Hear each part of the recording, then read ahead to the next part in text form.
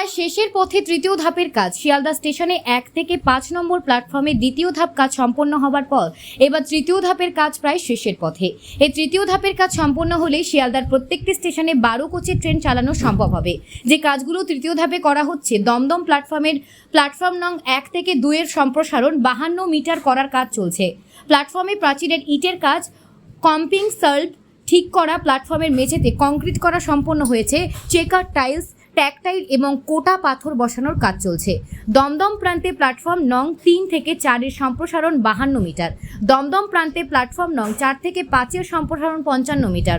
Platform number 1, 2 এবং 3 এর সামনে একটি নতুন কনকোর্স এবং প্রবেশ প্রস্থান গেট স্থাপন করা হবে।